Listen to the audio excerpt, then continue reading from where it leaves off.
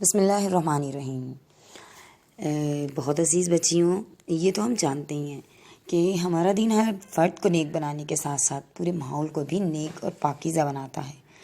نیکی کی فضا کو برقرار رکھنے کے لیے ہمارا دین برائی کو پہلے مرحلے میں ہی روکنے کا حکم دیتا ہے۔ برائی تاکہ اپنی حدود سے نکل کر چاروں طرف ماحول میں اپنی نجاست نہ پھیلا سکے۔ اس حقیقت کو اس حدیث سے مثال کے ذریعے واضح بھی کر دیا گیا ہے کہ نبی کریم صلی اللہ علیہ وسلم نے فرمایا، وہ شخص جو اللہ کے کام کو توڑتا ہے اور وہ جو اللہ کے کام کو توڑتے ہوئے دیکھتا ہے مگر اسے ٹوکتا نہیں ہے، اس کے ساتھ رواداری برتتا ہے۔ ان دونوں کی مثال دے کے بتایا وہ ایسی ہے جیسے کہ کچھ لوگ ایک کشتی میں بیٹھے ہوئے ہیں، ان میں مختلف قسم کے درجے ہیں، کچھ اوپر رہتے ہیں کچھ نیچے رہتے ہیں نا، اور اوپر کے حصے میں بیٹھے ہوئے اور چند نچلے حصے کے کشتی میں لوگ بیٹھے ہوئے ہیں، لیکن نیچے والے پانی کے لیے اوپر والوں کے پاس سے گزرتے ہیں تاکہ دریا سے پانی بھریں، تو اوپر والوں کو ان سے تکلیف ہوتی ہے۔ آخر کار نیچے کے لوگ کشتی کے پیندے میں سوراخ کرنے لگتے ہیں، اوپر کے لوگ ان کے پاس آتے ہیں اور کہتے ہیں، یہ تم کیا کر رہے ہو؟ انہوں نے کہا کہ ہمیں پانی کی ضرورت ہے اور دریا سے پانی اوپر جا کر ہی بھرا جا سکتا ہے، اور تم ہمارے آنے جانے سے تکلیف محسوس کرتے ہو تو اب کشتی کے تختوں کو توڑ کر دریا سے پانی حاصل کر رہے ہیں۔ تو آپ یہ دیکھیں، حضور صلی اللہ علیہ وسلم یہ مثال دے کے بتا رہے ہیں کہ اگر اوپر والے نیچے والوں کا ہاتھ پکڑ لیتے اور سوراخ کرنے سے روک دیتے تو کیا ہوتا؟ انہیں بھی ڈوبنے سے بچا لیں گے اور خود بھی ڈوبنے سے بچ جائیں گے، اور اگر وہ ان کی اس حرکت کے اوپر انہیں نہیں روکیں گے، چشم پوشی کرتے رہیں گے تو انہیں بھی ڈبوئیں گے اور خود بھی ڈوب جائیں گے۔ اور اس مثال کو نبی کریم صلی اللہ علیہ وسلم نے جہاں اپنی حدیث سے ثابت کیا، وہاں پہ اللہ تعالیٰ نے بھی قرآن مجید میں اس کو واضح کر دیا اور فرمایا، مومن مرد اور مومن عورتیں ایک دوسرے کے ساتھی ہیں، اور یہ کیا کرتے ہیں؟ ایک دوسرے کو نیکی کا حکم دیتے ہیں اور برائی سے روکتے ہیں۔ اور ہم یہ دیکھیں کہ یہ جو نیکی کا حکم دینا ہے، اس کو ہم امر بالمعروف کہتے ہیں، اور امر بالمعروف اور نہی عن المنکر کا فریضہ جو ہے وہ ہر مومن مرد اور عورت کے لیے ہے۔ اس طرح اس کا مطلب بنتا ہے کہ بھلائیوں کا حکم دینا اور برائیوں سے روکنا، جبکہ اسلام کی اصطلاح کا مفہوم قرآن و حدیث کی روح سے بہت وسیع ہے۔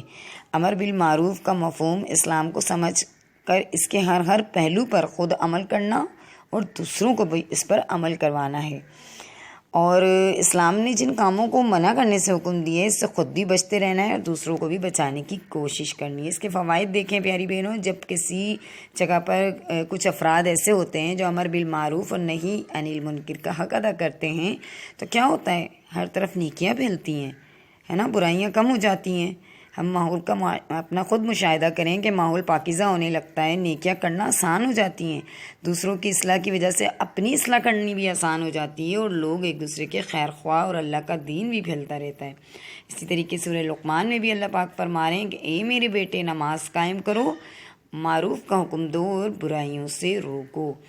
ہر نبی، ہر امت کا جتنے بھی دنیا میں پیغمبر آئے، انہوں نے اپنے بچوں کو یہی حکم دیا کہ برائی سے روکنا ہے۔ اور پیاری بہنوں، اگر ہم برائی کو نہیں روکتے ہیں تو اس کا انجام بھی بہت برا ہوتا ہے۔ جب مسلمان امر بالمعروف اور نہی عن المنکر کا کام چھوڑ دیتے ہیں تو بہت ساری خرابیاں پیدا ہو جاتی ہیں، برائیاں تیزی سے پھیلنے لگتی ہیں، ہے نا، لوگ برائیوں کے عادی ہو جاتے ہیں اور نیکیاں کرنا چھوڑ دیتے ہیں۔ رفتہ رفتہ وہاں برائیاں کرنا آسان ہو جاتا ہے، نیکیاں کرنا مشکل۔ ایسے معاشرے میں برے لوگوں کی عزت کی نگاہ سے دیکھا جاتا ہے، دنیا داری بڑھ جاتی ہے، دینداری کی اہمیت ختم۔ ہر کوئی اپنے مسلمان بھائی کی فکر کرنے کے بجائے اپنی فکر میں لگا رہتا ہے اور لوگ خود غرض ہو جاتے ہیں۔ ان حالات میں اللہ کی رحمتیں، برکتیں بھی نازل نہیں ہوتی۔ اللہ کا عذاب کسی بھی وقت اور کسی بھی شکل میں آ سکتا ہے۔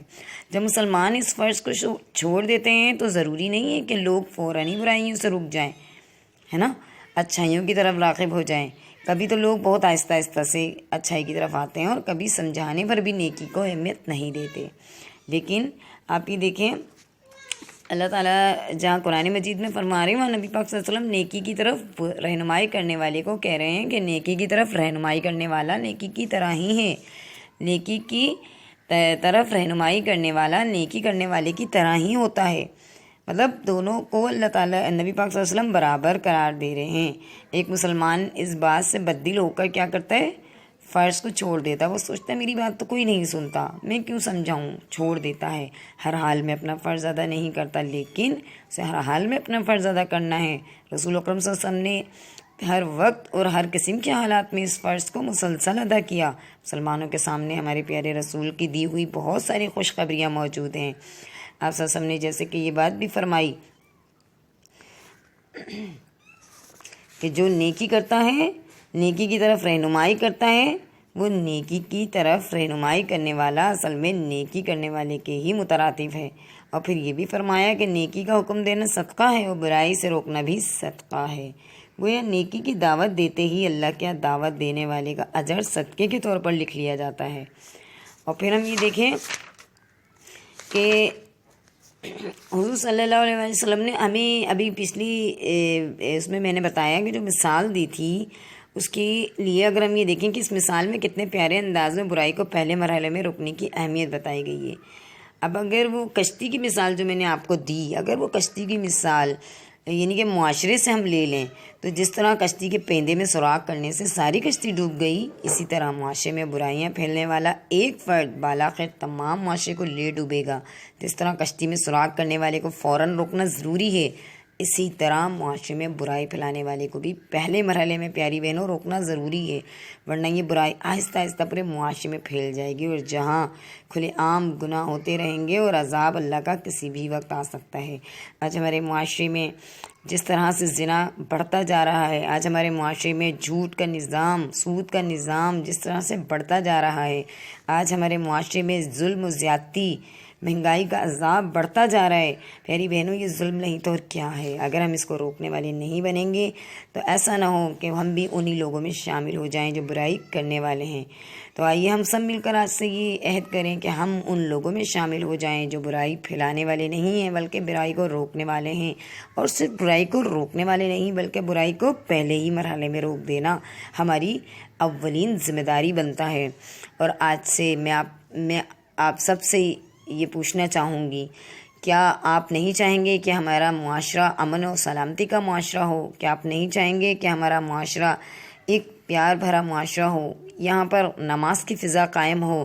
تو آئیے ہم ایسے افراد کو لے کر آئیں، ایسے افراد کو دعوت دیں، ایسے افراد کو اپنے حکمران چنیں جو کہ اس نظام قائم کرے نیکی کا، جو نظام قائم کرے نماز کا، جو نظام قائم کرے عدل کا، جو نظام قائم کرے اخوت کا۔ تو پیاری بہنوں، ہم خود بھی اخوت اور اسلامی کے اوپر غور و فکر کرنا چاہتے ہیں، اور ہم چاہتے ہیں کہ ہمارا معاشرہ بھی اخوت اسلامی کی فضا کو قائم کرنے والا بنائے۔